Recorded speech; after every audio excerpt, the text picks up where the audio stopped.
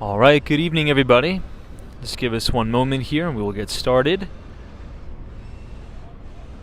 Today is August 9th, 2023. It's about 9:10 p.m. here in New York, and we have a few things to cover tonight, specifically, I would say most notably, Disney's earnings report. Ticker symbol DIS reported earnings after the bell, and I think results were mixed. As expected, pretty much. Parks did really well. I think that was the highlight of the earnings report. But a little bit of a rough spot was around ESPN and their streaming services.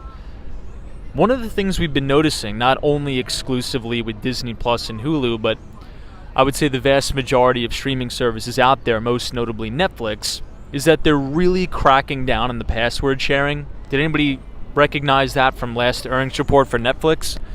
Netflix said specifically that they're going to be cutting down, or cracking down, however, on the password sharing. And Disney said the same exact thing on their earnings report today. So we'll see if that makes any material impact. Now, I think you're probably going to see an uptick in churn because of that. Who knows? But I think one of the things that's really going to drive the churn is the increased prices.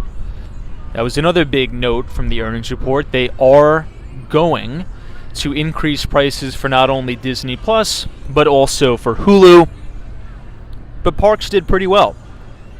Now, tomorrow's going to be a big day because we are going to get inflation data. So tomorrow, before the bell, the Bureau of Labor Statistics is going to drop the CPI numbers. Now, as we know, there's really two main numbers we have to look at, one of which being the headline number, which includes volatile food and energy. If you look at economist consensus out there, looks like we're going to have a 3.3 reading for the headline number. If you look at core CPI, which excludes volatile food and energy, the street is projecting about a 4.8% year-over-year increase in inflation, which is kind of similar to what we got in June, right?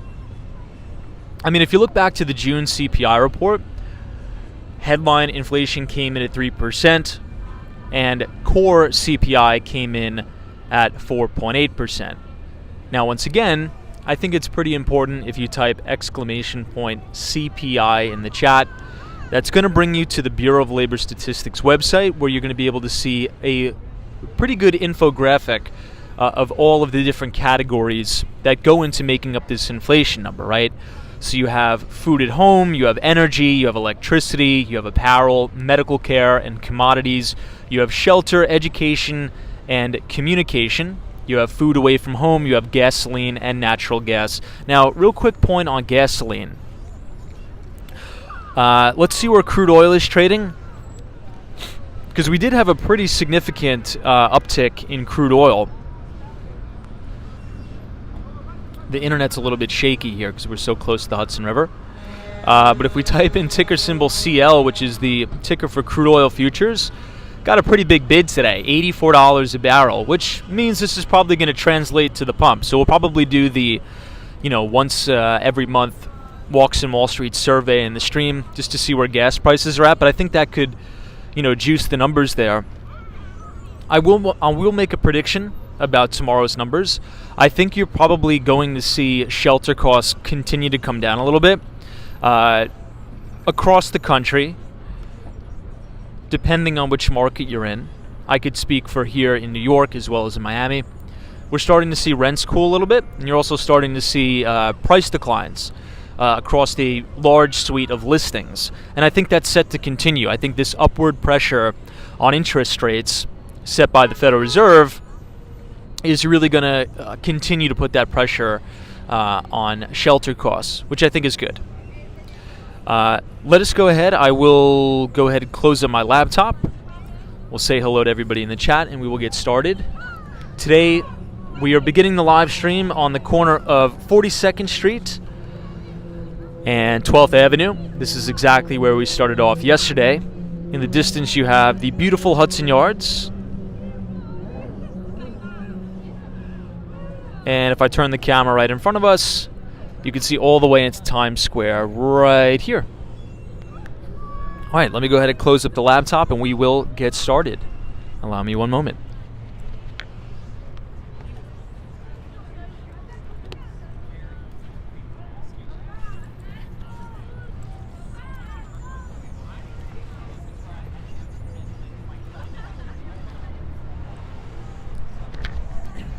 another windy night out. Let me put the microphone on.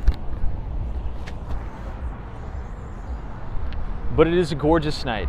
Let me give you one shot of the Hudson River here. Let me adjust the camera. But most importantly, team, let's say hello to everybody in the chat. Hey, Carol S is here. My good friend Carol H. What's up? Good to see you. I see Barbara says hello from Rhode Island. UniJ23, thank you for joining us. Hang with Mark Mom says good evening, Tom and chat family. Alex Greco, what is going on? ETC333, welcome. Across the Hudson River, we could see New Jersey. Really beautiful night, but it is windy again. The wind has been really picking up here in New York City. Hopefully it won't be as bad as last night. Now, we're not going to walk past the Intrepid again tonight, but it is right here. This is the Intrepid Museum, which is a retired aircraft carrier. Blues Writer, what is going on? Hawaii is here. Thank you for joining. You know what? Actually, before we start, I gotta acknowledge and announce this. What's going on in Hawaii right now is really some videos on Twitter. Apparently, there were really, really tragic fires, like these brush fires in Hawaii. And since it was so windy, the fires spread so fast and with such a vengeance that they couldn't stop it. And the destruction and devastation there is so horrible. I couldn't even believe it seeing some of the videos. So if you have any means to support and donate to any causes that are going on right now to help our neighbors in Hawaii, please do so. It's crazy, some of the videos. It's wild. Just wanted to acknowledge that. Hey, I see Buy the Book is here. NJB Danielle, welcome. I see Jay, Brooklyn is in the house. Riley's here. Sally, big task at hand. Long time no see. British Gray from Tampa, Florida. I see Gustavo D is here. The LT Pride, Austin City Limits. Justin S. Gary Carpenter, thank you for joining us. Jerry187 says hello. Good to see you, Jerry. GG NYC. RJ from Colorado. Good to see you. Yes, so Carol H says, I agree with you on the downward pressure on shelter costs. Yeah, I mean, we're already starting to see it. Now, we talked about this a few live streams ago as to why shelter always takes a little bit longer for those prices to come down. And I always like to explain it in terms of liquidity, right? So housing, or if you want to go sell real estate, it's relatively illiquid, right? However, as you had this massive rise in interest rates, about 500 basis points worth of interest rate increases, the equity market adjusted very, very fast because it's a very liquid market. And we just talked about the basics of this, right? If you've ever built a discounted cash flow model or modeled a particular stock, you adjust accordingly to your discount rate. And when interest rates are extremely, extremely low, what tends to happen is stocks go through incredible multiple expansion. So for example, when interest rates, we'll try to make a move around these people. Just give me one moment. Excuse me. A lot of tourists out tonight, which is good. That's what we want. We want tourists coming back to the city. Look at all these high rises here being built up like crazy. But when interest rates are very, very low, the present value of a company's future cash flows are worth more. But as interest rates start to rise, the present value of a company's future cash flows starts to diminish. And that's why you saw a lot of, these very high beta tech stocks and growth stocks during 2021 perform really well.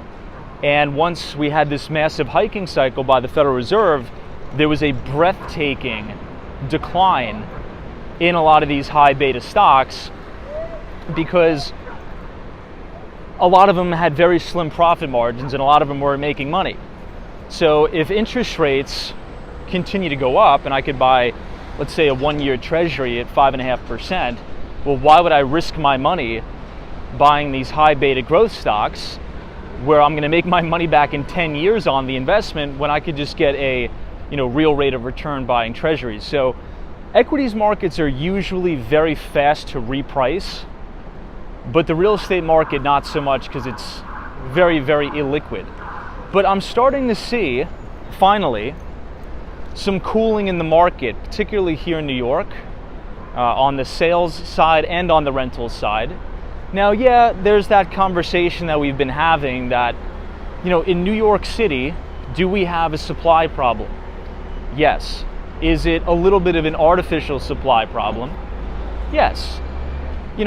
There's thousands upon thousands of units in New York City that sit vacant just because landlords don't want to invest the money to get those units rent ready, because they wouldn't make a return on their investment due to specific laws, rules, and regulations around rent controls. So there's actually technically a lot of supply in the market. We got a little bit of road rage incident here with the cab. But landlords would rather have these units sit vacant than invest the money to get them rent ready, because they can't adjust the market price appropriately, so they wouldn't make any money. Hey, Marcus is here. What's up? Good to see you. Steph UH. This is hello, Tom and team. Thanks for joining us. Keith, it's always good to see you. Tim G says, Tommy, you do a great job. See you in Miami. Hey, I'll be in Miami pretty soon, God willing. I'll only be there for like 5 days though. But here's the thing. I'm going to Miami and then I have to fly to Sarasota. Well, fly to Tampa and then drive to Sarasota. It's only like a 30-minute drive, I think, which I'm very excited about. Hopefully I can tell you guys more about that soon. Zach Drew is here. What's up? Amy says hi. Rex A says rent is brutal here in Myrtle Beach. 1-bedrooms are going for $1,600 average. I don't get it. It's definitely not cooling here. Also, food is extremely expensive. Well, we'll get an update on that tomorrow, right? And I think generally speaking, Rex is correct. And if you want to look at this data live, again, not to sound like a broken record, but if you type !CPI, oh, look at this Dalmatian coming out of the apartment here. Hold on, I'll get it. Oh, that's so cool. I think that's a Dalmatian. Love that dog. Hey, Jake, what's up? This is Tom. If you need a licensed general contractor in Sarasota, let me know. Let me take a screenshot of that. Yeah, I mean, maybe. If you send me an email, I'll tell you some of the projects I'm working on down there, but thank you for that. But yeah, it's interesting when you look at this data, right? If you go to the Bureau of Labor Statistics website, you can see by individual category just how fast prices came down in each category. Now, commodities absolutely collapsed, right? We're getting a little bit of a bid in crude oil right now. But if you look at the trajectory of shelter inflation specifically, I think this last month, which was June, or the June numbers, I should say, was the first real month where shelter inflation actually came down a little bit. Now tomorrow we'll find out if that trend continues, right? We'll find out if that trend continues. The thing is, if it does continue, inflation could really, really crush to the downside in the United States. And if we have a massive move to the downside in shelter costs, well, then you're looking at deflation in the US. But there's two categories that are really sticky in terms of inflationary pressure, and that is shelter and it is food. And I think those are the two most important categories that really matters to the average everyday American. Hey, DC322, what is up? Says, hey everybody, thanks for joining. Lila says, good evening, Tom and everybody. Thanks for joining us, Lila. We're a little bit late tonight, but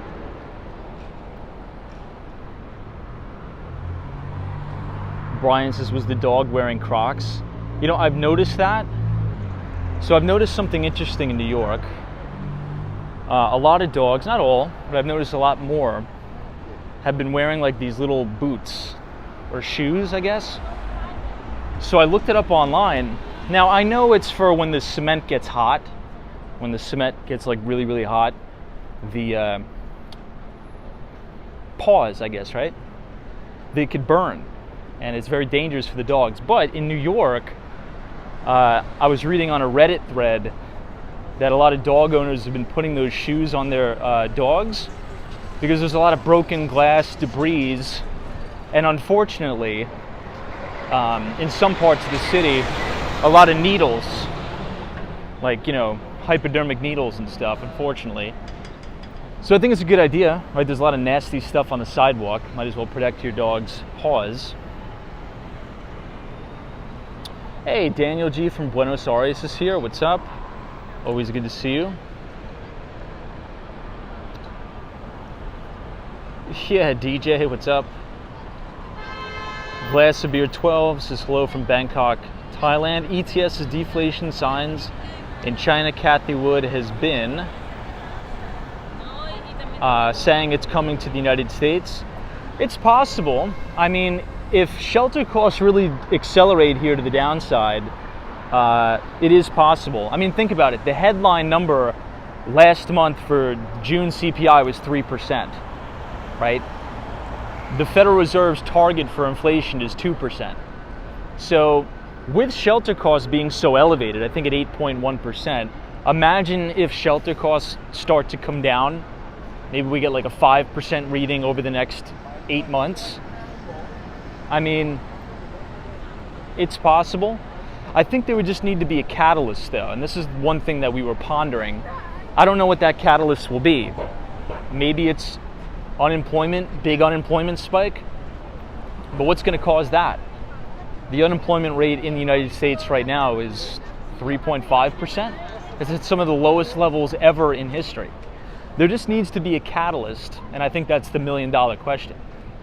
What could be that catalyst if there's even going to be, you know, this big, well, hopefully deflationary pressure in shelter costs? Let me do one thing. Hold on. I forgot to turn off my Do Not Disturb. Sorry about that. Hey, Jay is here. Says, good evening from Ohio. Good to see you, Jay. Thanks for joining.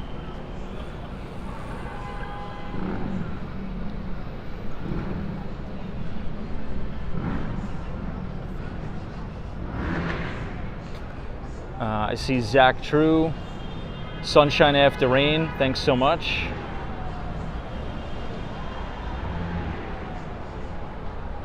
The Wizard says, I've not seen anywhere that people want to live not be expenses as far as rent and food. That's true. That's also very true. You know, any place that is desirable, place like New York, Miami, even Hawaii, those places are always pretty expensive. But, you know, I've noticed, and I'm more interested in what you guys have to say in the chat, because you guys are tuning in from all over the US, sometimes even abroad, international.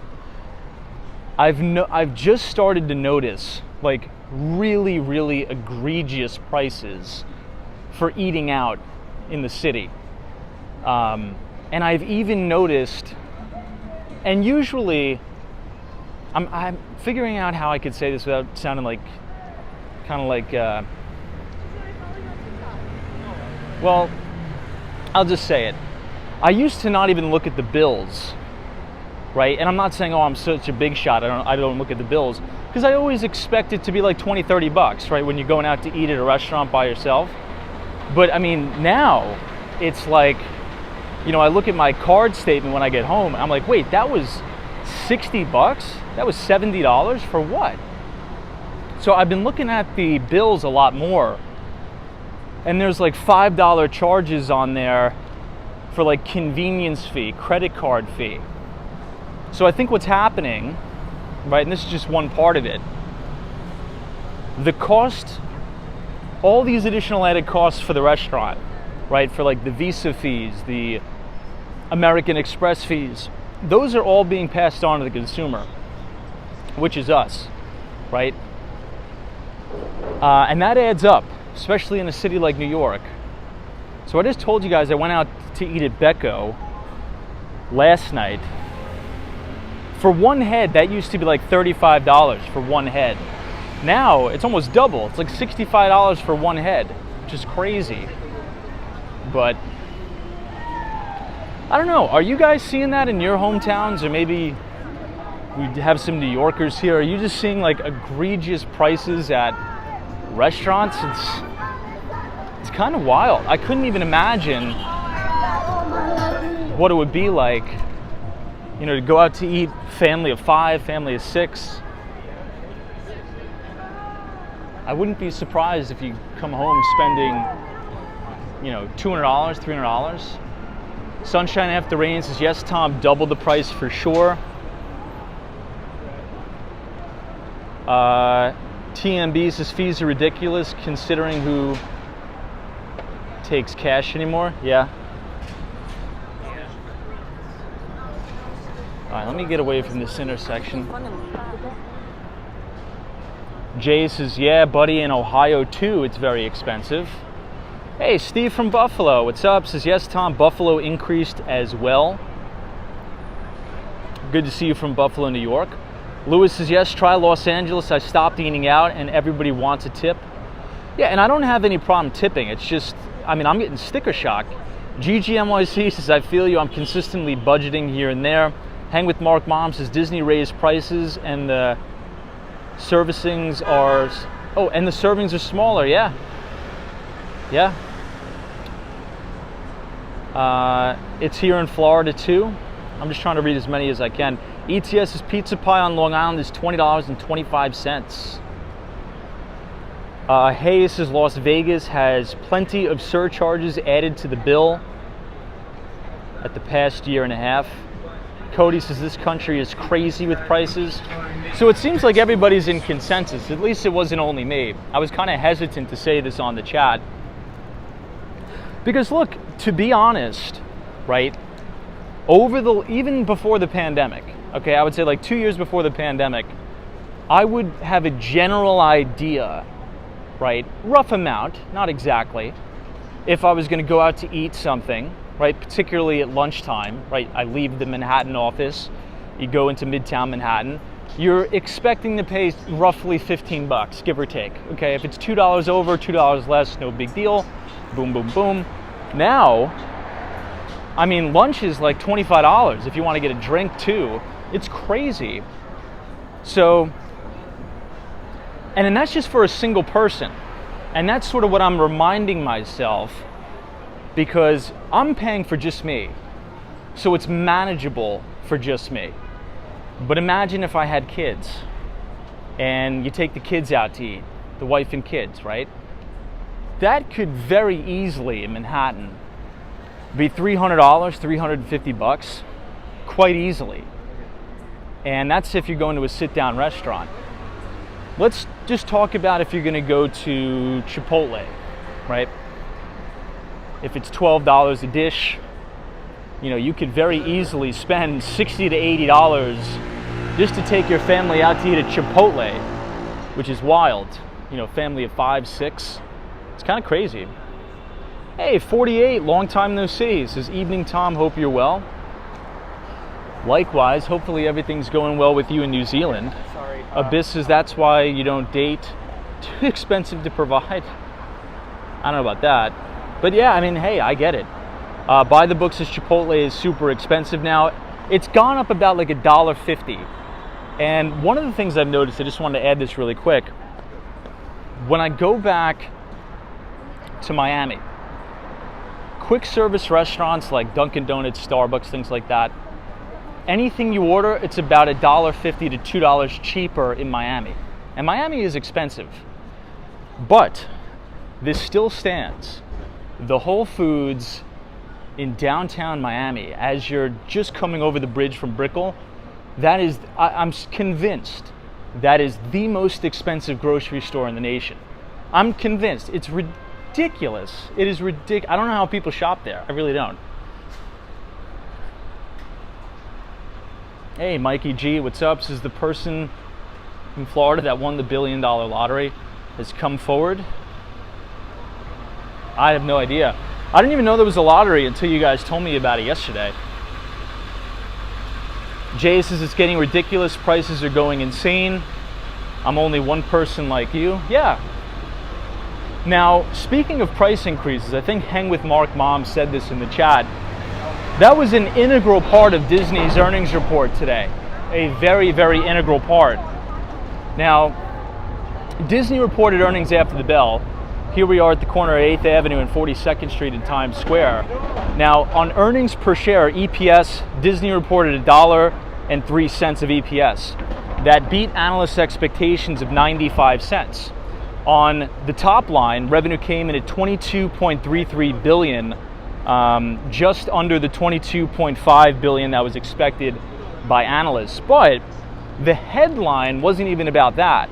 The headline is that Disney is cracking down hard, just like Netflix, on password sharing as it relates to Disney Plus and Hulu. But not only that, they are increasing the price. And I believe this goes into effect on October 12th.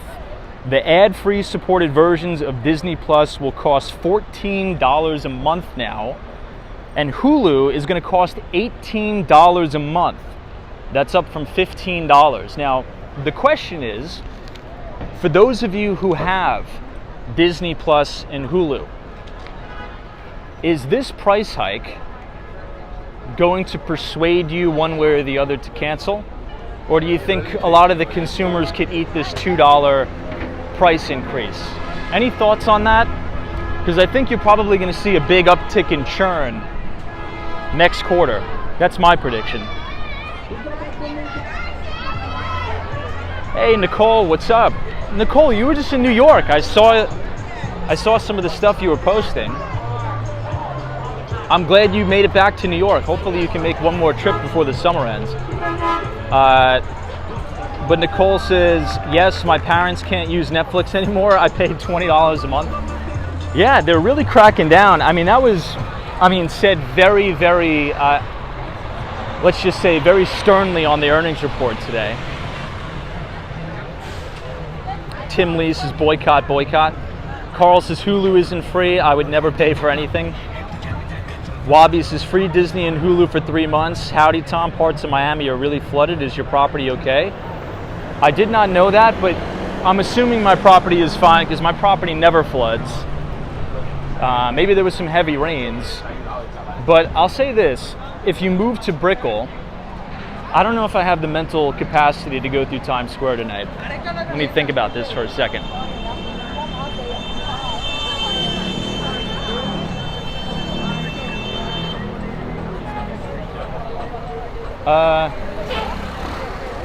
We'll go around. Lots of people out tonight, though. Wow. This is the main drag here, going right down into Times Square. Dave S. is dumping Disney and purchase Hulu with ads for 1 year. Hang with Mark Baum says they are offering college students $1.99 for Hulu now. My son still has Hulu for college. Interesting. Very interesting. Frame Freeze says shrinkflation is out of control. Shrinkflation is out of control.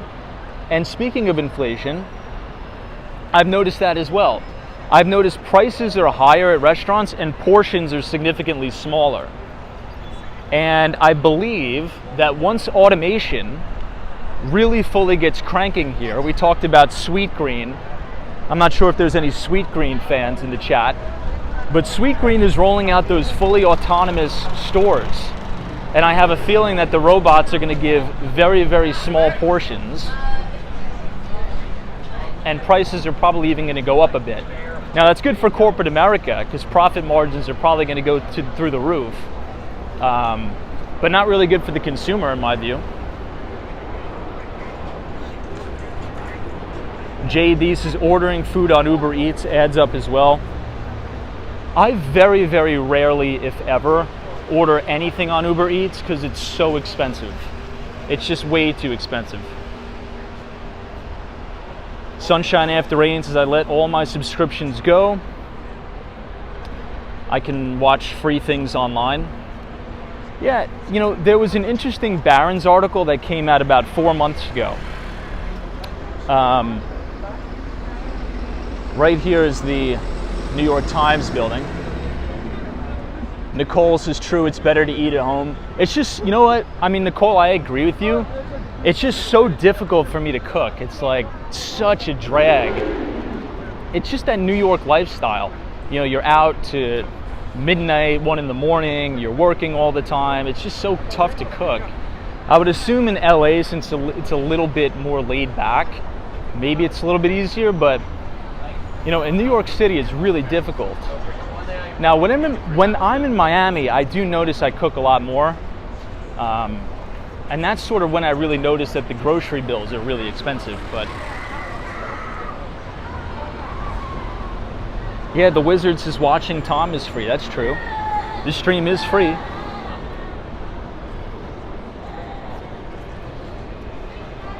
Okay, I want to quickly point out to everybody, this is West 40th Street and 8th Avenue.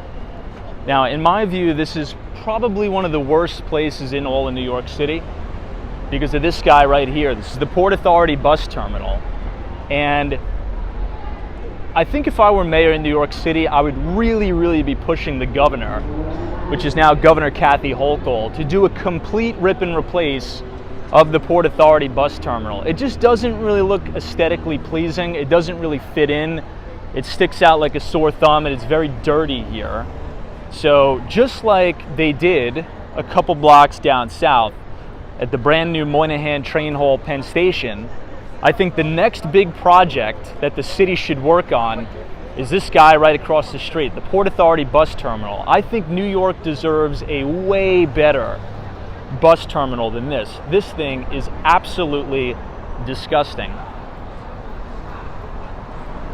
But I'm just being honest.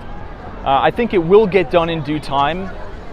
And I think once the Port Authority bus terminal is totally ripped down and replaced with something really, really nice, I think a lot of the surrounding property values, like these condominiums you see all around us, you're going to get a significant bump in property values at a lot of these condominiums. One of the reasons why you see a lot of, I should say, condos on the market sitting for longer than they should right in and around the Port Authority is because it's, you know, I don't want to sort of say this too loud as I'm walking past people, but it's a little bit dirty. Hey, AK, what's up? I saw you back in Miami. Hopefully I'll be back as well. AK says Port Authority bus terminal has so much red tape. New York and New Jersey owned. You know, AK, I want to get your opinion on something that's going to impact New Yorkers in a big way. You talk about a lot of the red tape between New York and New Jersey.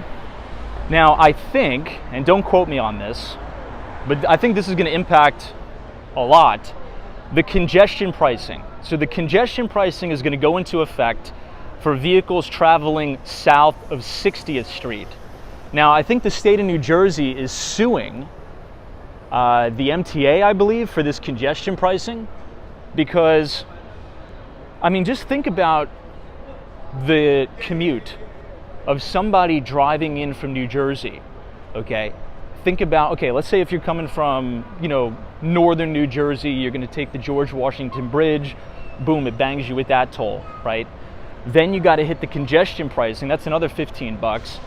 You know, round trip, if you're commuting into the city by car from New Jersey, it's very possible you could be paying, you know, up to $40 round trip just in tolls. I don't think that's sustainable, particularly if everybody's making this big push for employees to come back to the office. I don't see how that's going to happen with this congestion pricing. I don't know, any thoughts on that? Anybody have any opinions on the congestion pricing that's going to be rolling out in New York City?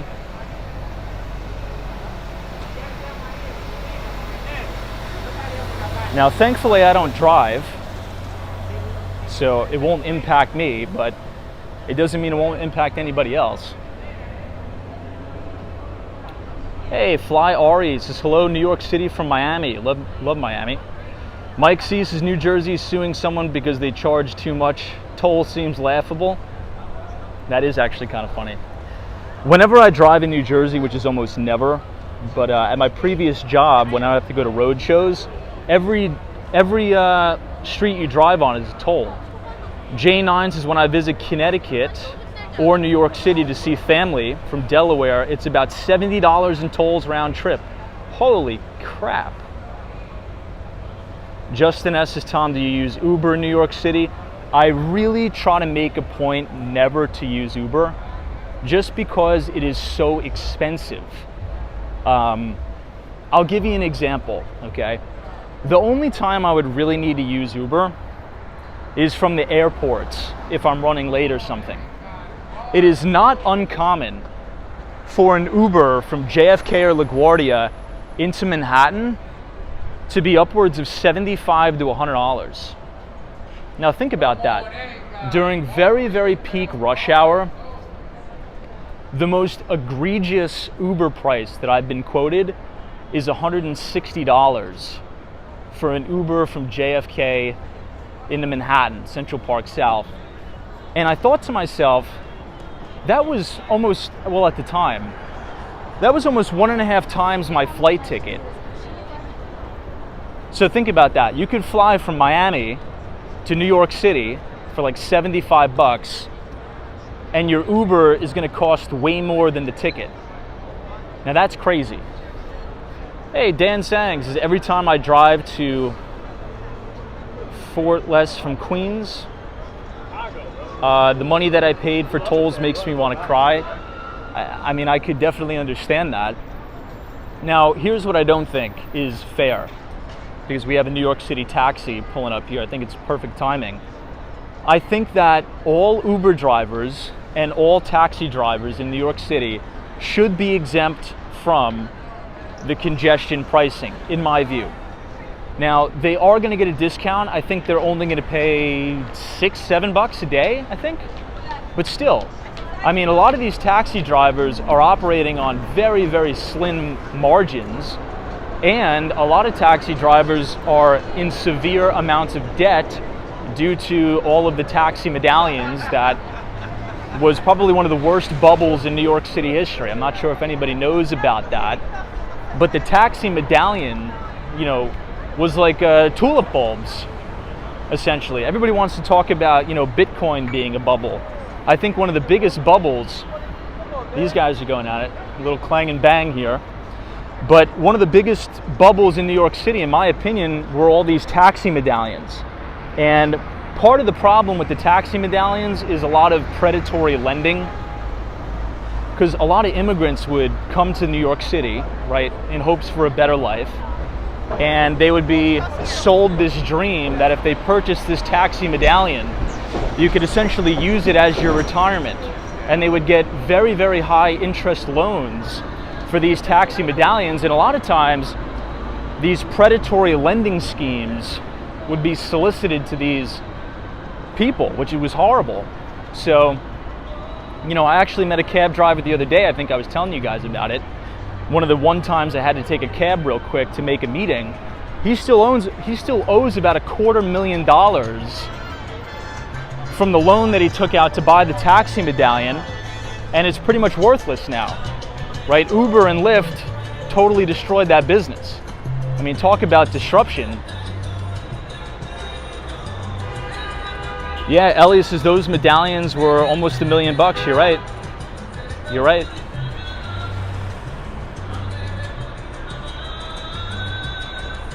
Hey, DM says, I'm not in favor of the congestion pricing. It's to encourage people to take public transportation. Yeah, but here's the thing, DM. And I agree with you, But if the city wants to encourage people to take public transportation, they've got to make it safe. Now, the New York City subway system is very safe, okay? I will say that. But, like, I just had an incident today on the subway, right? Coming home from work, I was in Lower Manhattan, near Olympia Dumbo, just across the bridge, and there was this guy that was literally had a 12-pack, like one of those big packs of Coors Light, and he was cracking open each individual can and literally just soaking himself in Coors Light on the subway car. Now, I get it, not a big deal, it happens a lot, but I mean, is that really something you want to be exposing your kids to, or is this these irate people, you know, doing crazy stuff? And this was during rush hour, right? And there's beer all over the car. Now, again, he wasn't like attacking anybody, but it's still just like unacceptable. It's a huge inconvenience for everybody, and it's a huge mess. All right, anyway, real quick. This is our friend Mark Benioff. This is Salesforce Tower. Really, really gorgeous here. And in the distance, you can see the beautiful Chrysler Building, One Vanderbilt, and Bryant Park. So if the point I guess I was trying to make is, if the congestion pricing is to funnel people to the public transit system, the city like has to do a better job with that, because to be honest, right, and I try to give you guys a perspective of New York that is truthful. I love the city, right? I benefit from people wanting to come here and travel and purchase real estate and all that, but I think it's a moral and ethical responsibility to shoot it straight and tell you what's up. I think for a grown man to take the subway is totally safe, but like if I had a daughter in this environment, I would be a little bit nervous, you know, letting her ride the train at certain hours, just because there's very mentally unstable people that sometimes walk through the different subway cars. So if that's the city's plan with this congestion pricing, to funnel people towards public transit, well then they gotta like triple the amount of police in the public transit and open up, you know, mental institutions to get these people the help they need. You can't allow people with mental health issues to be walking around the subways. They should be in institutions where they can get help. Right, they're not getting help in the New York City transit system. So, but generally speaking, right, for those watching who are, you know, maybe watching the stream because they want to visit New York City, the transit system is very safe. It is. But, you know, if you're riding it every day for a month, chances are you're going to see one or two incidents that are a little bit crazy. And that's just, you know, law of numbers here. Yeah, John's like, it's the worst at like 11 a.m. when you're not expecting those people. Very true. Hey, Joseph Hardaway, thank you for joining. God's Child says, Tom, being born in New York or being a New York resident, how is the migrant situation affecting you as a resident? Does it look as bad as it is on the news? I think I have my camera way too zoomed in.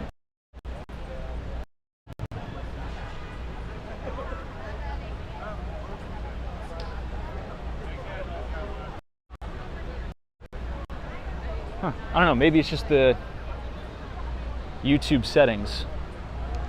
I would say yes and no. I think the whole thing was very mismanaged. If I could give you my honest opinion about it, I think Mayor Eric Adams is taking a little bit too much heat for this, because you got to sort of be fair about it. There was over 90,000 people that came here in the span of 4 months. Like no city could prepare for that, right? Just being honest. And I don't really want to get too political, but is it as like fear craziness as you're probably watching on Fox News? No, it's not. But there are specific hotels that don't look super aesthetically pleasing because they're overflowing with, people trying to check in. I'm sure you've sort of seen that on the news. We've actually seen it on the live stream here. And I actually don't think it's appropriate for the migrants. It's just not a safe situation for them to be laying out on the sidewalk outside of these hotels. It's not sanitary, it's not safe. So in that regard, I would say it's as bad as you see on the news. But again, the news has a hyper focus, right? So as you look around here, New York City is beautiful and it's normal. There's specific isolated spots right near these specific hotels where that sort of stuff is going on, where it's a problem, right? Where it could be affecting businesses because some people don't want to, dine at those particular institutions because there's crowds and all that stuff, which I understand. But with the time we've had to prepare for it, 90,000 people coming here, I think the city's doing the best they can with the resources they got. And I'm not trying to say that as a cop-out. It's just, if you can really envision 90,000 people that need shelter, that need healthcare, it's a lot more than, it's not an easy answer, right? So that's what I would say. Is it a problem? Yes. Do I know what the solution is? I have my thoughts. I think we should be a little, I don't think it's Mayor Eric Adams' fault. I think it's the fault of the federal government. The federal government is responsible for securing the southern border, not the mayor of New York City. The mayor of New York City is responsible for keeping the citizens in New York safe. So I think he's taking a little bit too much heat. I think he's doing the best he can with the resources he has. That's my honest opinion. And I'm not the biggest Mayor Eric Adams supporter, but the guy is in the Northeast in New York City. I mean, I think it's the Biden administration's problem. All right, sorry to get too political, but I think these are important things to talk about, right? Because, people are thinking about buying, renting, and even visiting New York, and they want to know what's going on. So I appreciate the question. Now, check this out. This is the Stephen Schwarzman building, the New York Public Library.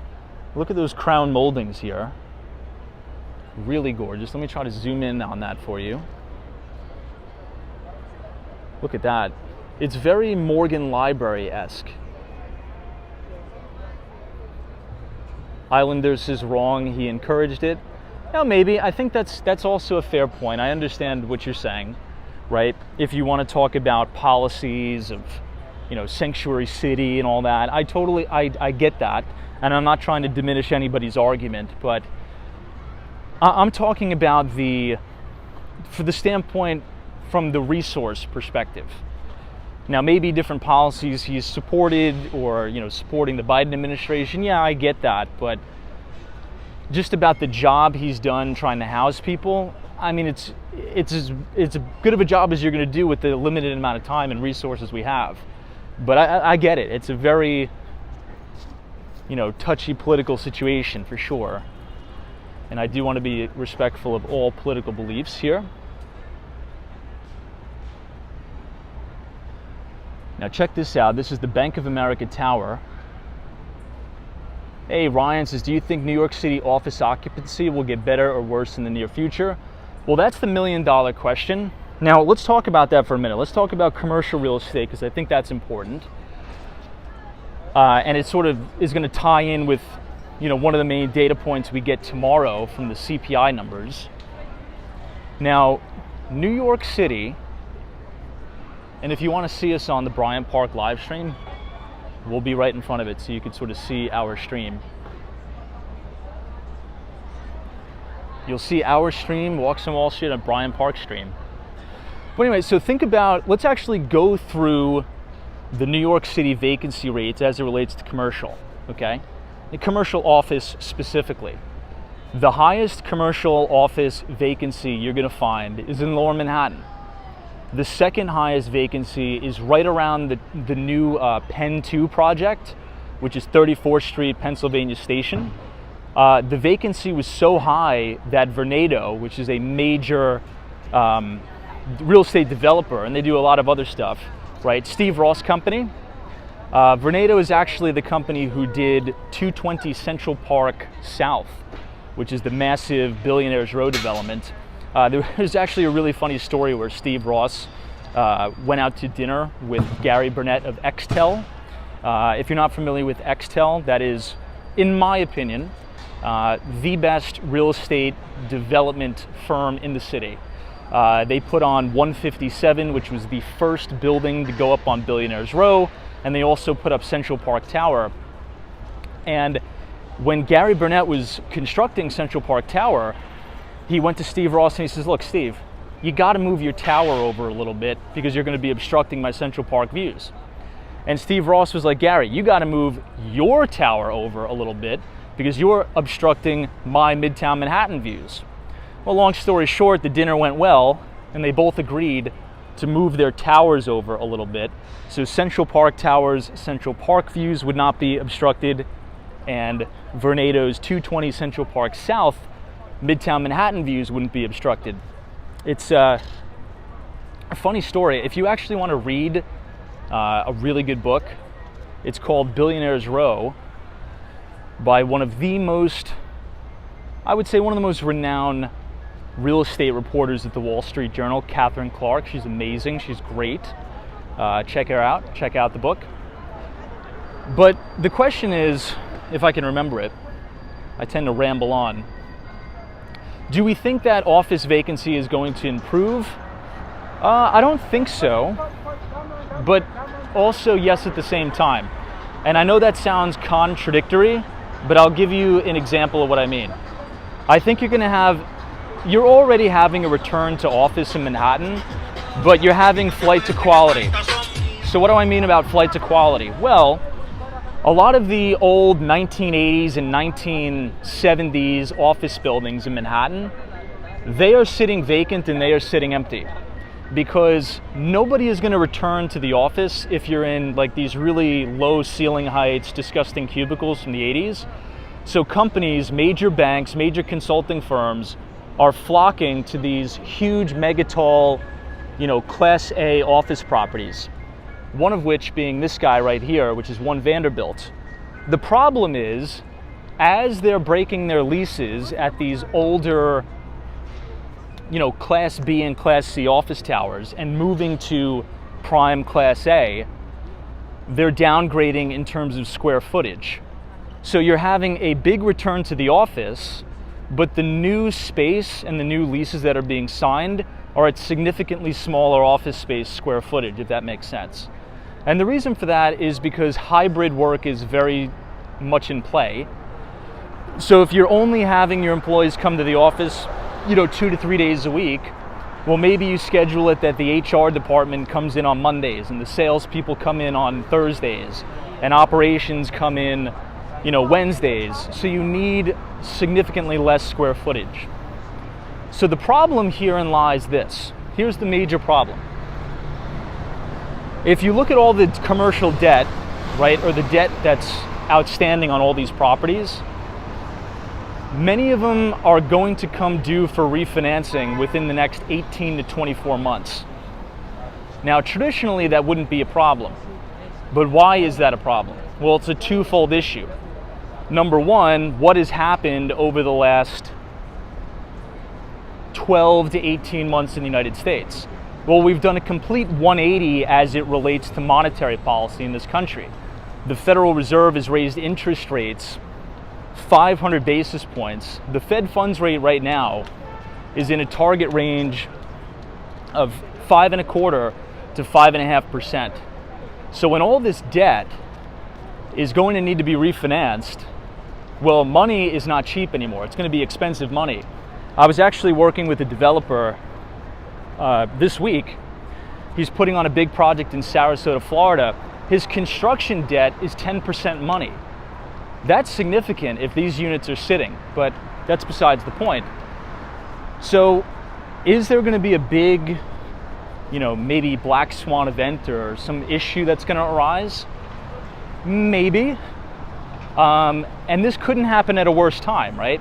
Because as you need to refinance all this debt, vacancy rates are at the highest levels they've ever been in the city. So your rent rolls and your income is declining as your expenses are exploding. So it's literally the worst potential outcome you could have. But I wouldn't say it's exclusive to New York City. I think it's like that all over the world. Here we got the Chrysler building.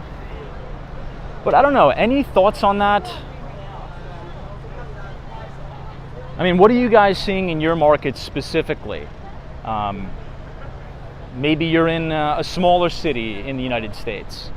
Are you seeing office vacancy really explode? Are you starting to see people return to the office? I mean, what are you guys seeing in your neck of the woods? Carl Roth says the city will have to buy empty office towers and convert them into residences. The problem with that is condo conversions are very, very expensive. Very, very, very expensive. And I don't think a lot of people realize that. Some of these office buildings have asbestos, right? And that is extremely expensive to sort of tear those buildings down. I'll give you an example. 270 Park, which we might as well go to tonight. So 270 Park Avenue is Jamie Dimon's new office tower that's going to be built.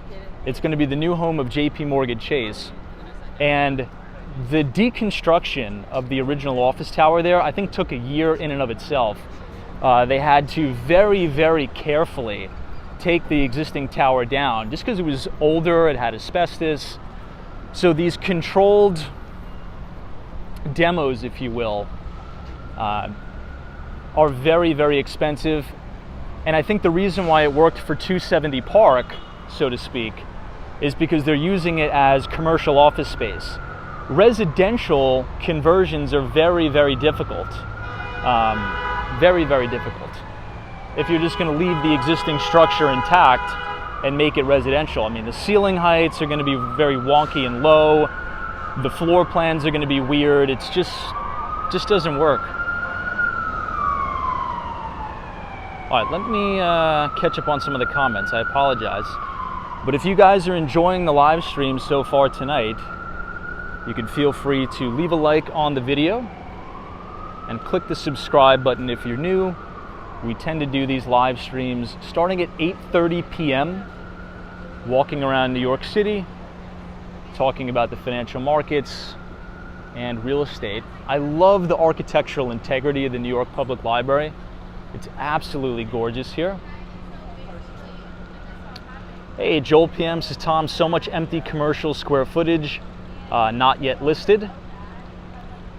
Paul says the CRE building mortgagers, oh, I lost your comment, can have an auction sale to any nation state investor, sale to highest bidder, or sale to BlackRock. Interesting. Hey, John says, my job smack dab in the middle of Rockefeller Center is 5 days a week, 40 hours minimum, nobody is working from home. Well, that's good news for you.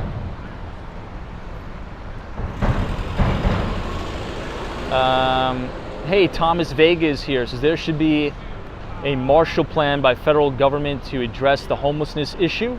Massive conversion of these empty office buildings, just a thought. I mean, it's not a bad thought, right? It's not a bad thought. I mean, during the New Deal, they built a ton of, schools. I mean, the high school I went to, the middle school I went to, was built during the New Deal plan, and it is this massive, like, it was almost over the top. It's like super awesome architecture, really, really beautiful, and it was used to create jobs. So, look, I tend to be, more conservative in nature, but I think over the last 6 years specifically, fiscal and monetary policy has just gotten so egregious to the point where it's nauseating. So, I mean, if we have billions and billions of dollars, right, to funnel all over the world for different proxy wars and, to drone strike, random mud huts in Afghanistan, I would much rather have that allocation of capital going towards, building housing here in the United States, going towards education programs in the United States. But I just think the military-industrial complex is too strong. It's like it has a vice grip. But look, it seems like if there's a war or there's some proxy battle we need to fight, we come up with the money for it.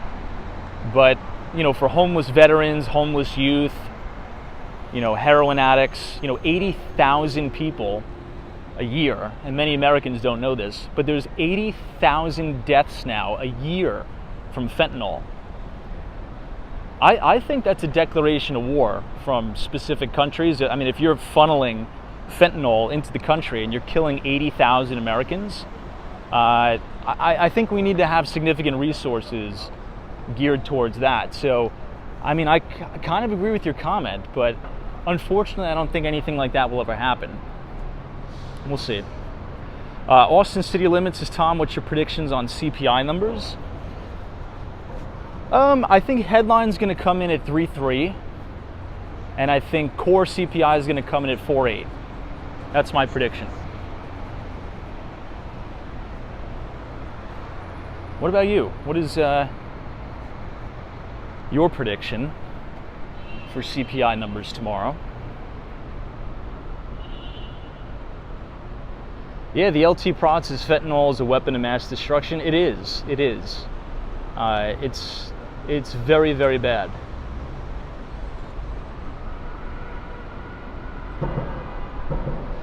Now, speaking of condo conversions, I want to actually give you guys an interesting statistic here, which is really, really cool. Now, does anybody, we'll actually make this a trivia question because I've told you guys before, and we've actually toured it live on the stream. Does anybody know what New York City's largest condo conversion was? So office to condominium conversion. Does anybody know the building? The person who gets it right gets coffee on me if we ever meet up in person. So the largest office to condominium conversion, what was the largest project in Manhattan? Does anybody know? Hey, Fly Ari, thank you for joining. This channel is very informative. Thank you so much. Ooh, Mariana says 5 Park Avenue. No, it's not 5 Park Avenue. Wabi says Olympic Tower. Nope. Nope. Jay says the... Ooh, Jay got it. Yeah, 1 Wall Street. Jeff got it too. Ed says 60 Wall. It's not completed yet, so that doesn't count. 1 Wall Street, if you guys want to look it up.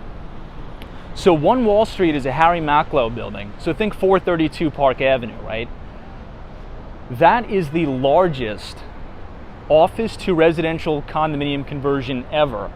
Now here's the thing, I'll give you guys some sales updates as we cross East 40th Street and Madison Avenue. The building is only 20% sold out. Only 20% sold. And I think it has about 580 units. The place is absolutely massive. It is huge. I was able to preview it about 3 weeks ago now, maybe 2 weeks ago. It is an ultra luxury, ultra high-end building. It has a massive indoor swimming pool, which is a saltwater swimming pool. You have your exclusive residents-only restaurant. So similar if you have a place at 157, if you have a place at Central Park Tower or the Steinway building, you have your exclusive restaurant. 1 Wall Street also has that. Now, I think the reason why it's not selling very well is, number one, I don't think they've done a very good job marketing it. I think if I was in charge of marketing the building, I would do a total reframe. I would do a series of reframes to revamp the marketing specifically. And I would very, very harp on the fact that all of the kitchens are very similar fixtures to 432 Park Avenue. In addition, one of the other reasons why it's not selling very well is something that we just went over maybe 20 minutes ago, which is Lower Manhattan has the highest office vacancy in the city. So if nobody's working in Lower Manhattan, nobody's really going to want to live there. So you need to find different narratives to come up with to entice people to the neighborhood. And I think one of the biggest selling points about Lower Manhattan right now that nobody is talking about is the South Street Seaport. It is amazing down there. You've got to check it out. This is the first summer, okay? This is the first summer that the Tin Building is open for operation. It has bars, it has restaurants, it has boutique grocery stores. The place is fantastic. And if you go on Street Easy and you search One Wall Street, there's not one listing description, not one listing description that mentions the proximity to South Street Seaport. You've got to shift the narrative from Lower Manhattan is dead, nobody works there anymore, all the office towers are vacant, to let's think past the sale and think about the future of Lower Manhattan. You can get in on the ground floor of the revitalization of Lower Manhattan with the South Street Seaport, right? With Peck Slip, with all the different piers and all the cool stuff that's happening there. That needs to be the reframe, and it's just not happening, unfortunately. Hey, NBA Elias's current availabilities at One Wall Street range from 1.1 million to 19.5 for a 5-bedroom condo unit. Yeah, they're priced at a premium. I think some studios are going for 1.375. I think that's a little bit pricey. And look, it's also a tough sale, because if you're going to pay that premium price per square foot, a lot of times buyers want a little bit more exclusivity, if you will. So I'll give you an example. The building has over 500 units. That's a very, very big building. So it doesn't really feel as exclusive, like a trophy property, as some of the other ones. Sometimes condominiums at that price point can be way too big, and that actually is a big turnoff to some buyers. So I think they need to reframe the prices a little bit too. But look, it is a Maclo Properties development, so it's the same developer who did 432 Park Avenue. This is a really nice shot here of the Chrysler Building outside of Grand Central Terminal.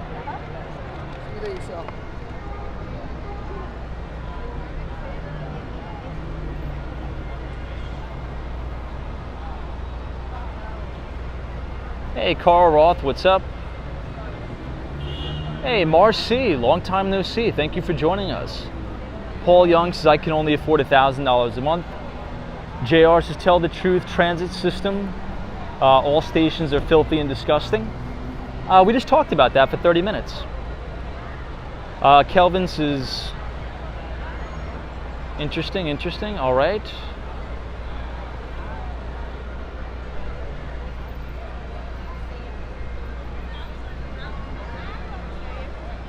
Hey Mark, what's up? Says, I'll say One Wall Street if it gets me free coffee. Mariana says, Google says 25 Water Street. Well, 95 Wall Street was another condo conversion, but the largest completed office to residential is One Wall Street, and that's complete. That's totally completed now. Yeah, Marcy, I'm doing really well. Thank you for asking. I hope the same for you.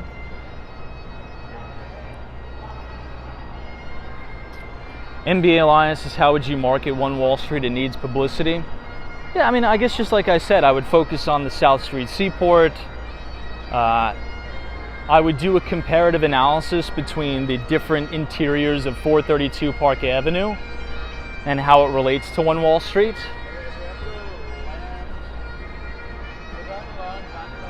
But guys, more importantly, guys and girls, we have my favorite bagpipe guy. I love this guy.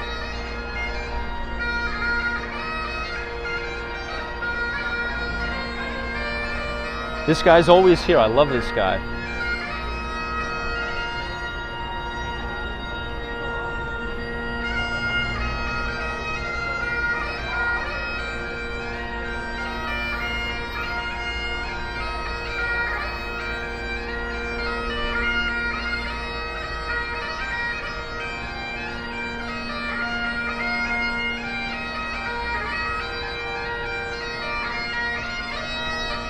All right, let's go inside Grand Central Station.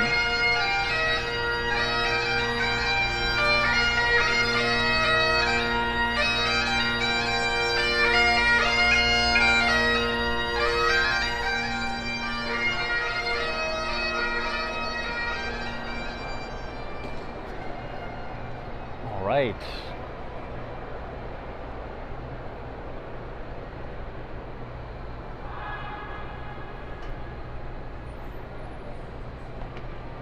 Here we are inside the beautiful Grand Central Station.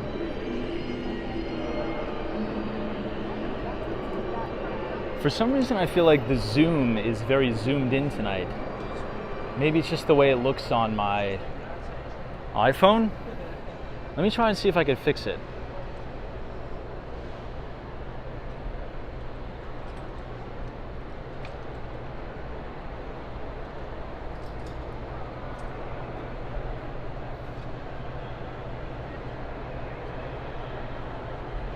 Not too many people, right? I mean, it's definitely well past rush hour.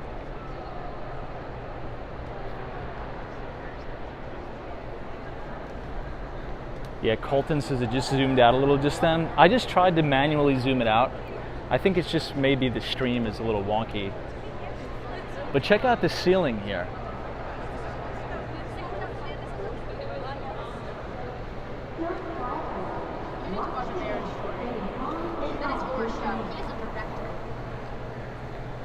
Now, finally, we had the East Side Access Project open up in New York, or open up in Grand Central Station. So for all those Long Islanders, you're able to take the Long Island Railroad right into Grand Central, finally.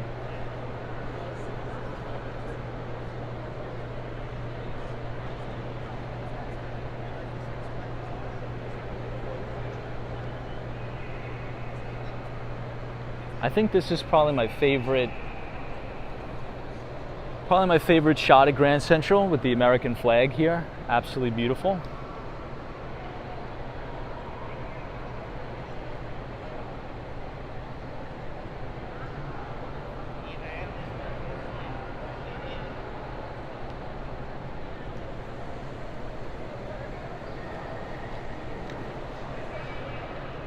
All right, we'll do one lap around and then we will head out.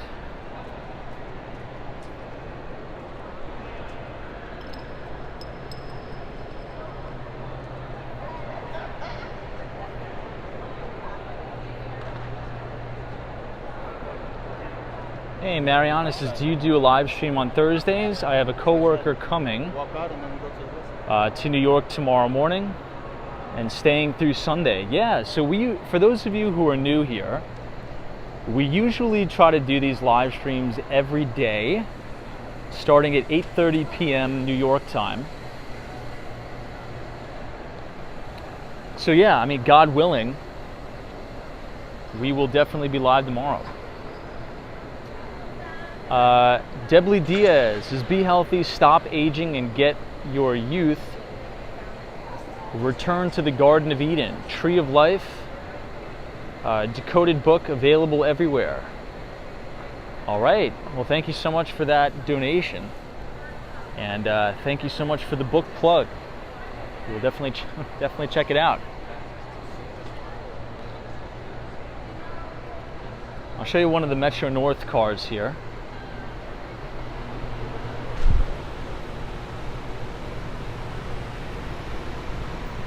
This is track 25.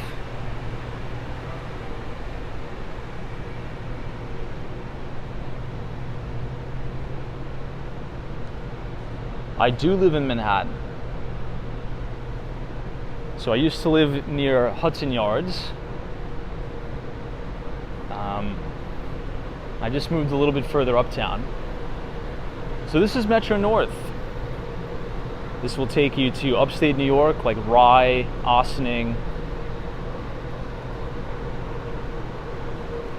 So this is what the tracks look like here at Grand Central Station.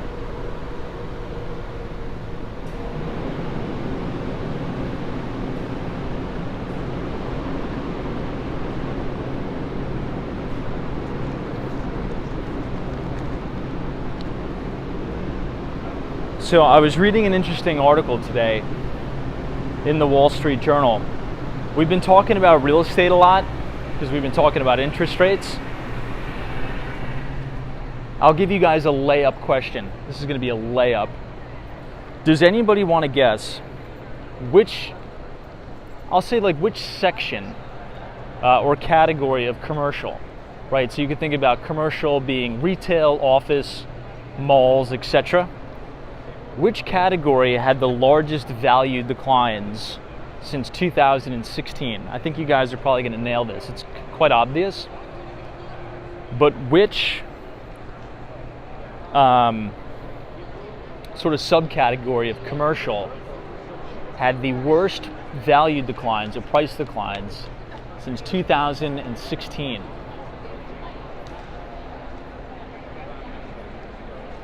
Yeah, malls. You're 100% right. You guys got that right off the bat. So 50%. That is massive. So 50% is the fall in value of US malls since 2016, the worst performance in commercial real estate. Which kind of makes sense, right? And I think we have our good pal Jeff Bezos to thank for that, the Amazon effect of everything. And unfortunately, I think the Amazon effect is only going to be exacerbated as the years go on, for a couple reasons. Now, does anybody remember we did a deep dive into Rite Aid's earnings report?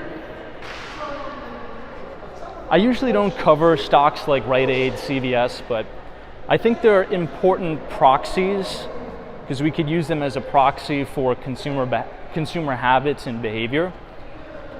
So the CEO of Rite Aid comes on the earnings call and she's like, we've had so much retail slippage that we're being forced to close stores all over Manhattan, all over New York, and all over major cities.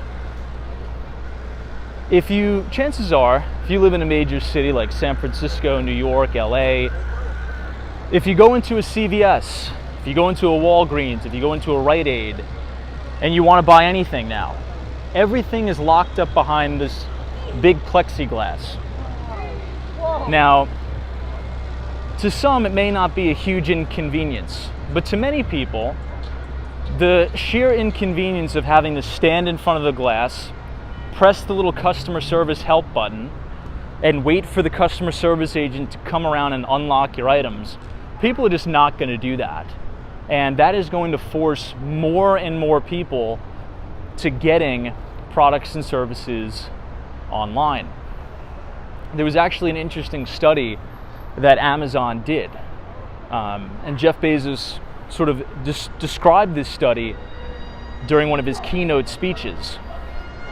And he said, the reason why you have the big pay now button on Amazon, right? I'm sure almost 100% of you, this is a really, really cool Maybach SUV here.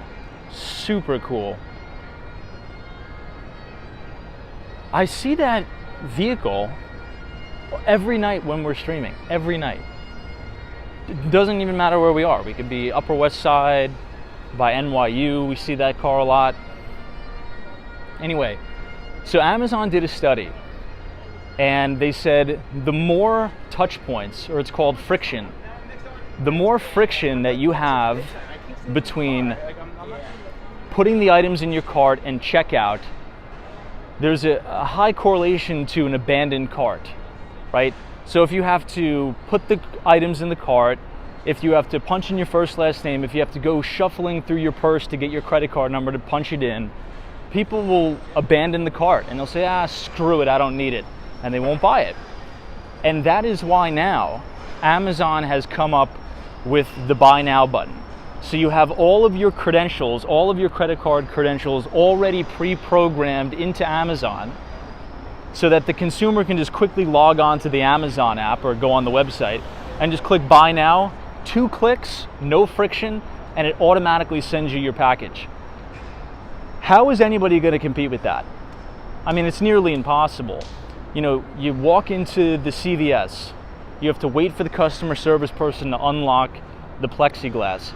there's no way it's going to compete with one-click buy now. It's just too much of a friction transaction. There's way too much friction in that transaction. So if you want to watch that exact keynote speech that I think Jeff Bezos gave, I'm trying to figure out how you could find it. If you go to YouTube and just type in Jeff Bezos, Amazon buy now, it'll probably come up. But that is the key, right? And I think that's an important lesson as we're standing outside of the Yale Club. Funny enough, Jeff Bezos frequents here a lot. I think it's very important, even if you're running a small business, to ask yourself, how easy is it for customers to transact with me? You want to try to form your business. It doesn't matter what you're doing. You could be in e-commerce, you could be an electrician, you could be in HVAC, you could be in software sales, real estate sales, banking, whatever. The number one question that should be asked is, how easy is it for people to transact with me and buy with me? If you can reduce the friction in the transaction, revenues will grow. Amazon is a perfect model example of this. Hey, Adam Wagner, what's up? From Buffalo, New York. We have a lot of viewers from Buffalo. It's good to see you, sir. We are now standing here near 270 Park Avenue, Jamie Dimon's new place. Paul says not buying the retail comparison. RK says, I know people in retail, and the reason for the products behind the plexiglass is because of theft. Yeah, exactly, 100%. So that's the problem, right? So if nobody is doing anything about the theft, all you're doing is inconveniencing your customers, right? So that's sort of the point. That's the main problem. The reason the plexiglass is up is to deter theft. But unfortunately, there's going to be critical destruction from that, and it's going to turn away some customers. It's turned away me. I can't shop at those stores. I'm just too busy. I'm impatient, right? I admit it. And I think a lot of other American consumers are impatient and lazy as well. I mean, it's just in the data. Like, nobody is going to wait to click the customer service button and wait for somebody to come unlock a little $2 bar of soap. It's not real. It's not going to happen. At least that's what I'm betting. But I could be wrong. Doesn't mean I'm right. But I think there's a very high probability that you're going to lose customers from that. But maybe I'm wrong. Maybe it's just I'm crazy. And that is, I'm open-minded to that as well. Hey, Rich is watching from Wyoming, Pennsylvania. What's up? Shout out to everybody from Pennsylvania. Lifted CS says, I'd rather buy my deodorant online than wait for somebody to unlock it at the Target. UniJ23 says, and that is advantageous for Amazon, for sure. Jay Frost is here. Daryl says, there's 45% occupancy in Chicago, Illinois.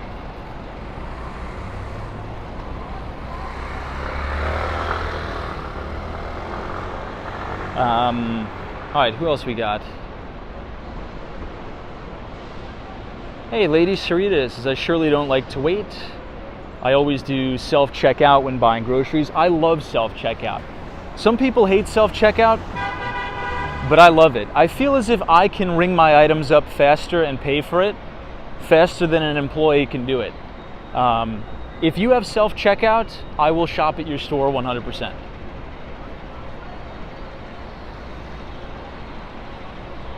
All right, let me get to some more comments here. Abyss says, but it's cheaper to buy in-store versus online. Not a lot of times, and this is speaking from a perspective of a New Yorker. My jaw almost fell on the floor, okay? I told you guys this story. It was very late at night. I was coming back from Miami, actually, and I take the train to Penn Station. This is when last month when I lived near the Hudson Yards. So I go into the CVS, and I'm like, you know what? I'm hungry. I'm just going to buy a box of cereal. It was almost $16 for a family-sized box of cereal. I think I told you guys that. Is that not absolutely ridiculous? You can go online and order in bulk for significantly cheaper. Now, granted, I get it. If you buy cereal at a drugstore in Manhattan at 2 o'clock in the morning, you're asking for trouble. I understand that. But that's still ridiculous. You know, a regular size box of cereal was like $9. You know, family size, you know, if you're talking in the teens, a little less than $20, it's ridiculous. It's crazy. Yeah, Panda Express, yes, I've been paying an arm and a leg, even at your regular bodega in New York City. Oh, if you buy a box of cereal at a local mom and pop bodega, I mean, dude, I mean, you're going to need serious underwriting for that transaction, because there's no way you're going to be able to afford to pay for it with cash. You're going to need financing for that. Hey, Paul Young says that's the goal, make it easier and cheaper and more convenient. Yeah. Hey, Joan K says very expensive cereal. Indeed it was.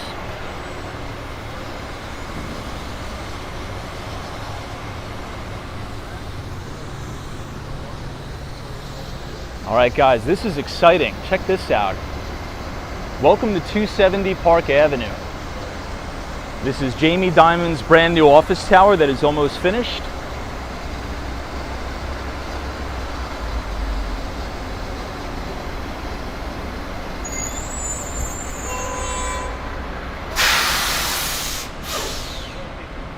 It's looking pretty good.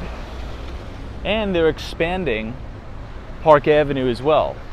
So it's a lot more pedestrian space. It's going to look really nice when it's complete. The sidewalks are going to be like double the size, which is going to be great.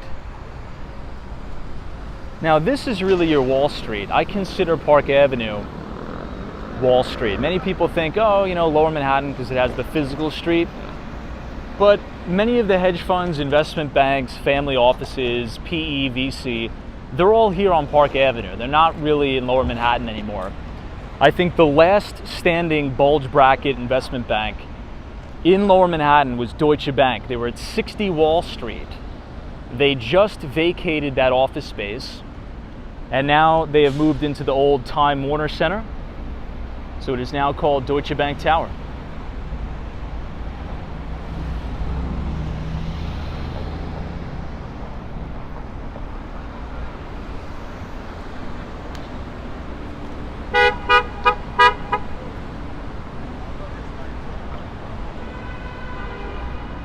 We'll wait to cross so we don't have to go under the scaffolding.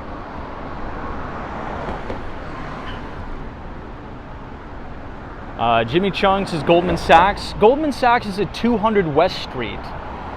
200 West Street, right across the street from the beautiful World Trade Center.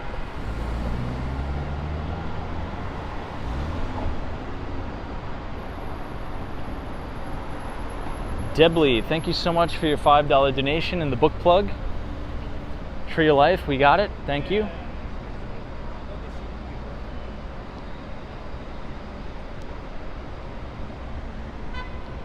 Now, speaking of One Wall Street, which we talked about tonight, this is 432 Park Avenue, the same developer.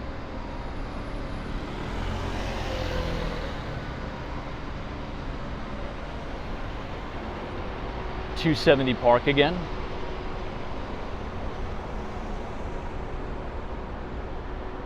Hey, Lady Sarita says my complaint these days is the electric bill. Oh my God, it's absolutely ridiculous. That's going to be a big problem in New York, and we'll get some more clarity on that tomorrow, right? CPI report is coming out.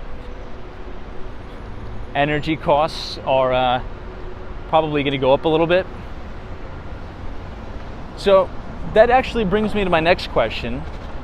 Before every CPI report, we always ask an important question in the chat, and that is, wherever you are in the United States or abroad, currently, as of recording this video, what is the average gallon of gas in your community where you are? And the reason why I ask is because crude oil rallied from $66 a barrel all the way to about $86 where it currently stands today.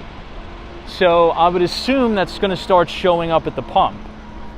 So my question is, what is the average gallon of gas in your neck of the woods? And have you seen a material increase in that gallon of gas? Whoa, $6. Nicole B. Winning says $6 in Southern California? Holy crap. That was a shock right off the bat. Sunshine After Rain says $3.69. Ed Dunkel, my favorite CPA, an accountant, says $5. Action Kids is $3.80 here in Miami. AK, I'm surprised it's not higher there in Miami. I'm very surprised. NBA Elias is $5.10 here in California. Tim's his regular is $3.85. Scott Freeze is $3.99 for 87 octane. Beagles is $3.75 in the Jersey Shore. Wow, God's Child says $2.95. Not bad. Ooh, Jay Grant. Okay, Jay Grant says not sure I drive an EV. Lucky you. Lucky you.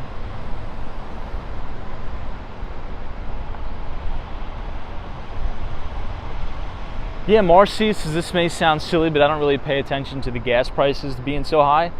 I usually don't, but it's important. It's an important metric and gauge to track as it relates to consumer spending habits, because you got to understand.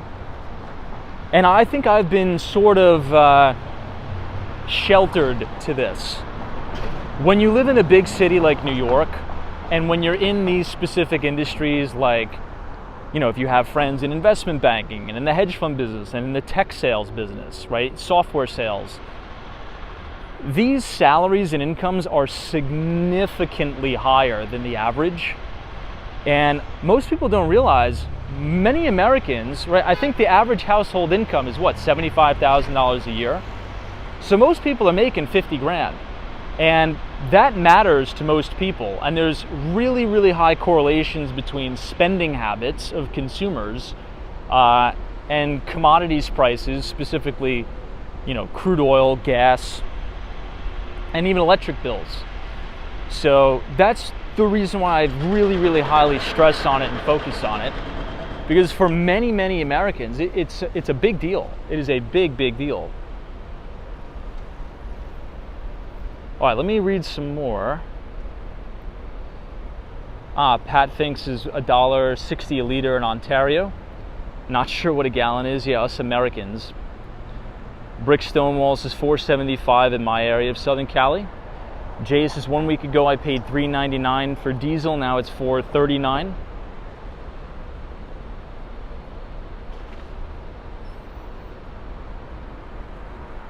Too lazy to cook? I can't recommend you another website than LinkedIn. I'm not too sure.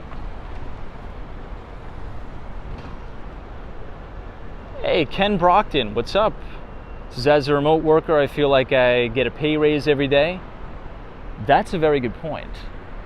Yeah, if you're not commuting and driving into the city, it's pretty much a pay raise in and of yourself, or in and of itself. Joel PM says you could replace your liver for less than an EV battery. True. Although the prices are coming down. I think we just passed, gonna pass Raymond James up here in a little bit.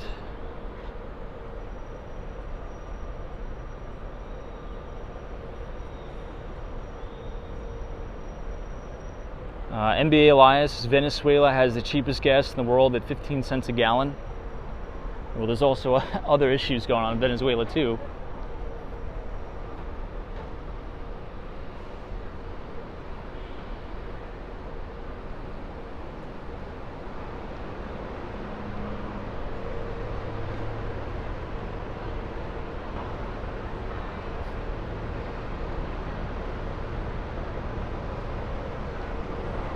All right, let's continue on here.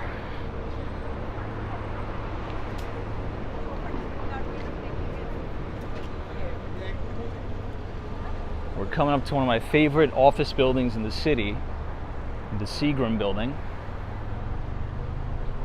Well, so to reflect a little bit on that poll, we just took in the chat. Seems like gas prices have gone up across the United States, and that will probably reflect in tomorrow's CPI report. Here we have Raymond James right here on the left. Oh, Bill, cool. It says you have a Nissan Leaf. Very nice.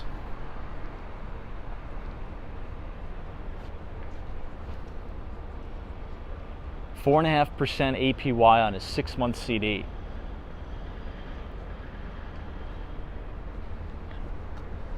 I wish we had like a way to go. I think, well, obviously there is. If we probably click on any stream from 2020 or 2021, walking past some of these banks, you would definitely not see 4.5% APY on a 6-month CD. Let's just say that. Well, I guess the good news is, you know, savers are getting rewarded yet again in this country, which I think is a good thing, right? Technically, you have a pretty good risk-free rate of return that beats inflation in terms of real rates. So this is my favorite office tower in New York City. Now, the debt on this is going to need to be refinanced, so hopefully everything will go well with it. But this is the Seagram building. This is one of my favorite buildings in all of New York City. Absolutely gorgeous.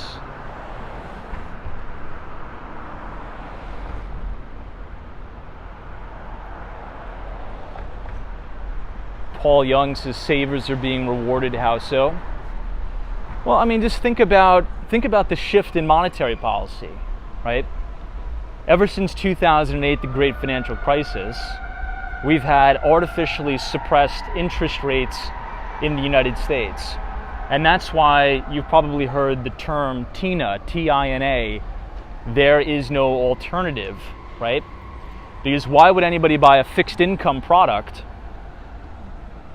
that's going to automatically yield them a negative real rate of return, right, factoring in inflation?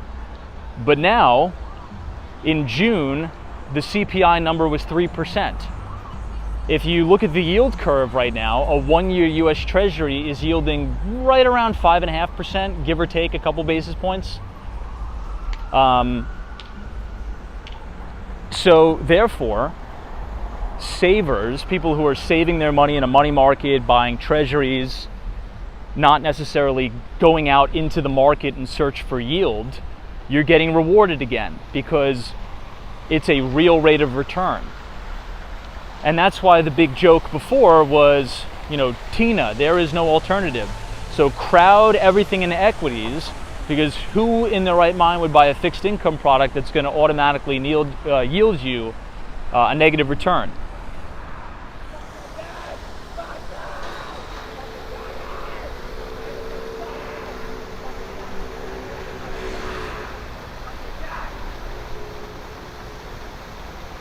Oh no, he's coming our way.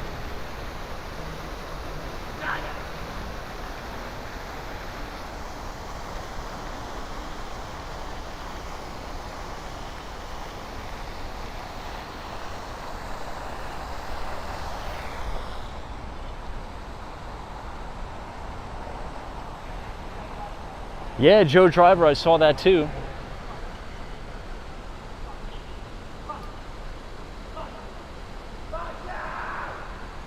Someone says, how long are these 5% rates going to last? I'm not sure, but I'm kind of in the camp of higher for longer.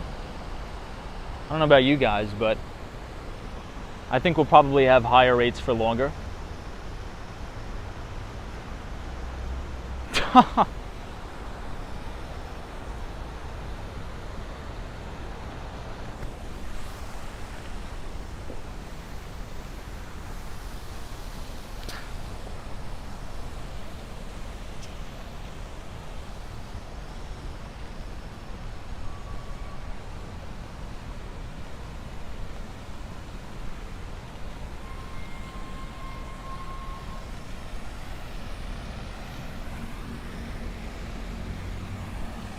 Seagram building's looking beautiful. Alright, just give me 1 second.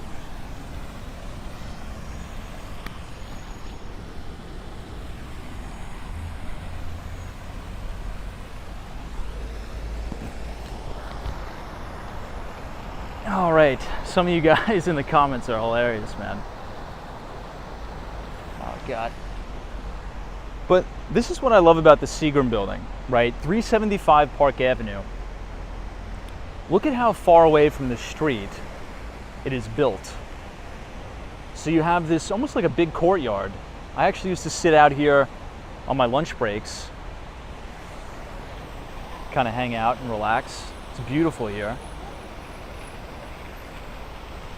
And you have amazing views of the city, 432 Park Avenue and the like.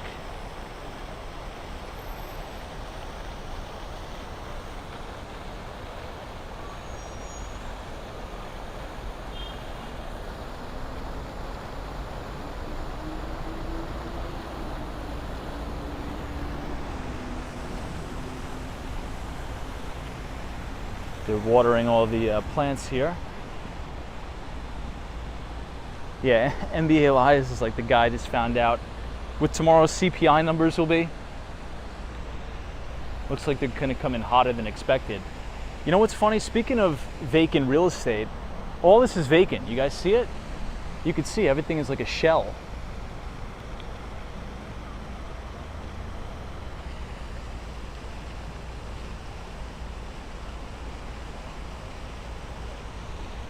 You can see, it looks like they're doing a gut renovation of something.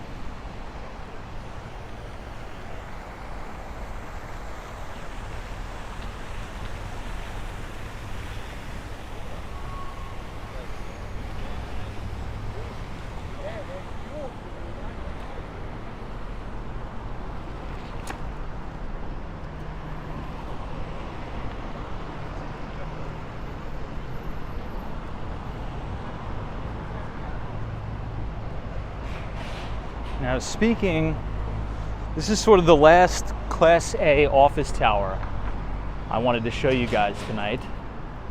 It is called 425 Park Avenue. And this is actually going to be the brand new home. One of the new homes of Citadel Securities. And Ken Griffin, one of his offices, his personal office, is right in here. Now, Bloomberg did an amazing write-up on this building. If you just open up another page or a tab or a window and you type in on YouTube 425 Park Avenue, Bloomberg, you'll get to see an exclusive tour of the building. It is an amazing, amazing Class A office tower. But I also think that not only is Ken Griffin have office space here, he's actually building his own office tower here on Park Avenue as well, in addition to the one he's building in Brickell in Miami. And I must say, very strategically placed, because look at this.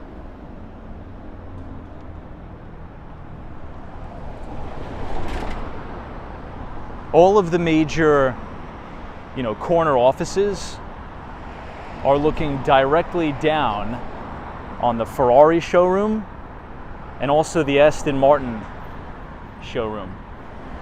I think that's very strategically placed by these big companies, right, Ferrari and Aston Martin, to have their showrooms right on Park Avenue where all the hedge funds, banks, private equity, venture capital firms are.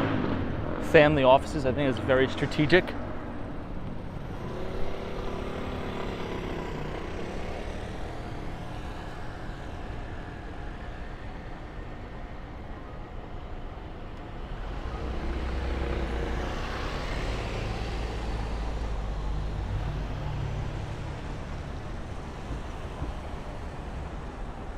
I think we're in the clear to cross.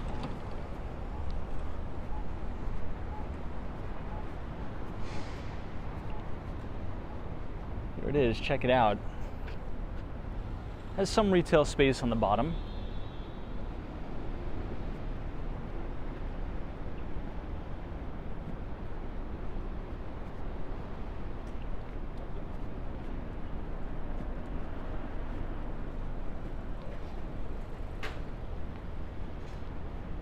It's a pretty vast lobby. Looks very modern and new. You can see the Citadel and Citadel Securities logo in the front.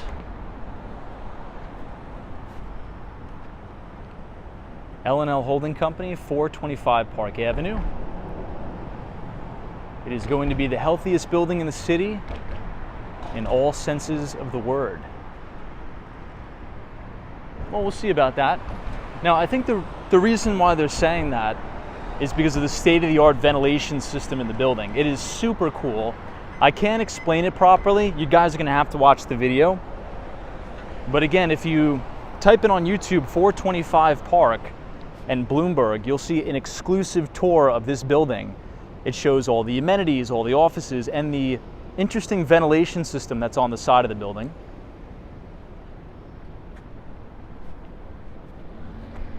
Here's a nice view looking down Park Avenue.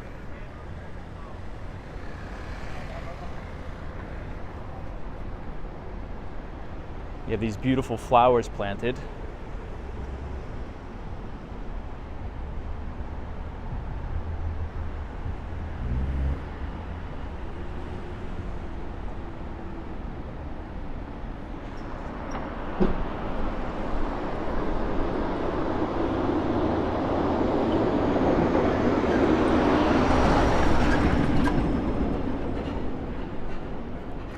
Yeah, Brian, I heard about that. So Saudi Arabia investing in the Live Golf. Now, there's been a lot of backlash on that. Saying that they sold out. I think there was a lot of 9/11 families very upset about it. I'm not a big golfer. I don't really follow golf. But I mean, if I had to make a statement on it, I would just say that this is proof that money talks, right? And it seems like everybody has a price. Now, I don't know, anybody that's familiar with golf know a little bit more about the deal? Yeah, Roberts of Saudi Arabia also started a soccer league. I feel like the camera's been so zoomed in tonight.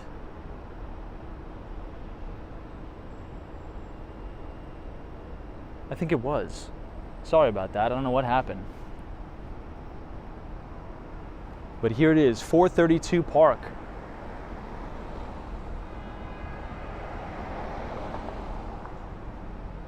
Now, I think the biggest deal that happened this past week is the divestiture of Penn International Gaming. I think they're publicly traded under the ticker symbol PENN. I think they just gave Barstool Sports back to Dave Portnoy. I think there was so much, I just didn't think the partnership worked, right? I think Barstool, and I'm not a big sports guy, but I think Barstool is like a very controversial company. They really say whatever they want. They don't say anything bad, but it's not very PR friendly. So I think that was preventing Penn from getting a lot of lucrative deals and partnerships. So apparently, Dave Portnoy has 100% ownership again of Barstool Sports. So Penn bought the company. I think the full deal was about $600 million when all was said and done. And now Dave has the company back. I mean, is that not the trade of a lifetime? I mean, that's like an unbelievable trade, an unbelievable trade. So we'll see. I'm just not a big fan of sports gambling. So I could never invest into just casino gambling because it just doesn't fit with my personality. I mean, people could do whatever they want, but in just my personal opinion, I'm very against casino gambling and I'm very against sports betting.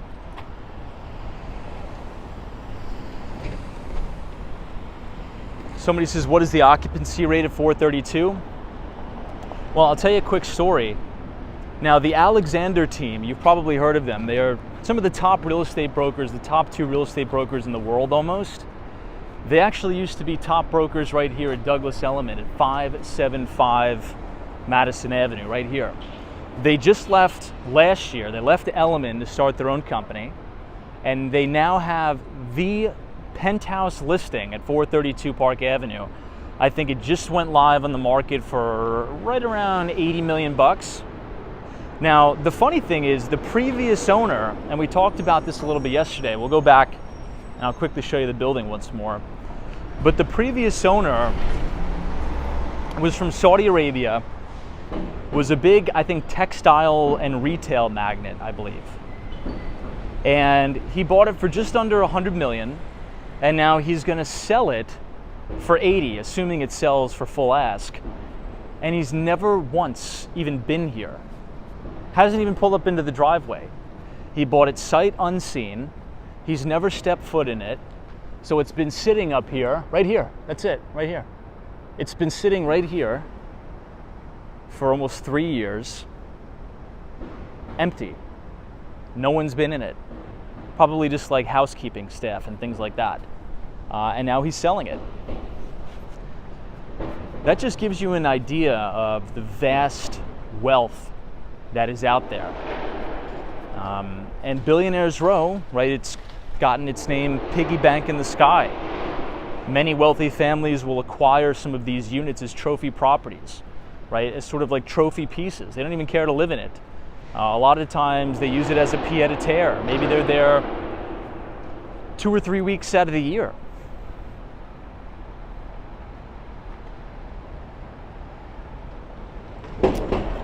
But if you guys have enjoyed the live stream so far tonight, feel free to leave a like on the video and click the subscribe button if you're new. Also, if you want to stay up to date on our market outlooks, you can click the links in the description and sign up for our free newsletter. But speaking of Douglas Elliman, here's their corporate headquarters here. All of the top brokers, pretty much all the top teams work out of here in this building. The vice president of Elliman actually made a statement. He featured in a New York Post article that actually came out yesterday. And he said that New York is becoming one of the biggest cities for pied-à-terres.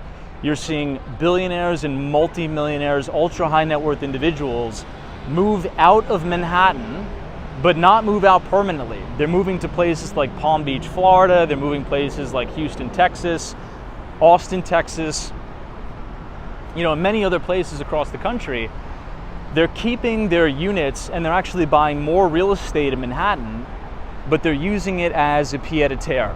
So their primary residence will be in tax haven states like Wyoming, like Florida.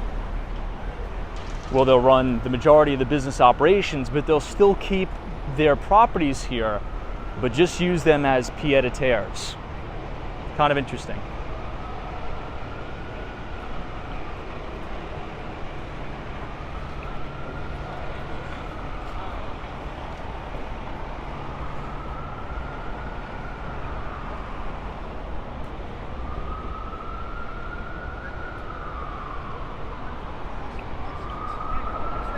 Now, one of the best performing stocks, or one of the best performing companies of 2021, 22, and into 2023 is LVMH Moet Hennessy.